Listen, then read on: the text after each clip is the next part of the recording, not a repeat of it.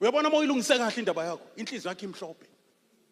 Nabakuzondayo wena ungabazondo, uthanda abantu abangathandeki njengoba nawe wathandwa izoni. Abizi uthandwa wena, bazothandwa uyilo wakuthanda wena. Ngithi abantu kufanele kubathande bengathandeki, abezothandwa wena, bazothandwa yilo wakuthanda, ekuthanda ebathanda ngawe. Angiphinde ukugcina. Ngithi mina uyabona nje uStefan ngesikhathi ethi bemshaya ngamatshe ethi baba ungababaleli isono kwangasho yena. Kwakusho uJesu ophila kuye ngoba kusaphilene uKristu ophilayo. uKristu ubunjiwe kuye. Enye into kuba isidalwa esisha kuKristu, uma ubane uKristu uyisidalwa esisha.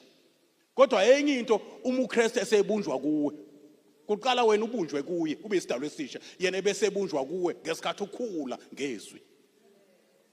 Ma ebunjwe kuwe awusakwazi ukukhuluma noma kanjani, mothi uvula umlomo uphuma uKristu. Ngoba yonke into manje usenze egameni lakhe.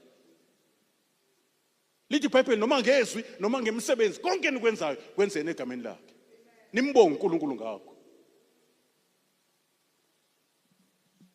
Noma siyababa sithandaza, asi as us, siya as Jesus. Ngoba sicela egameni kaJesu.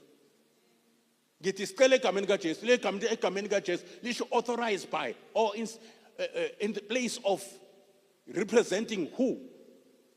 I'm coming in his name, not in my name. So I'm expecting Father to respond to my prayer as he does to Jesus. Because I'm coming to my Father in the name of Jesus by the power of the Holy Spirit. According to his will or his promise.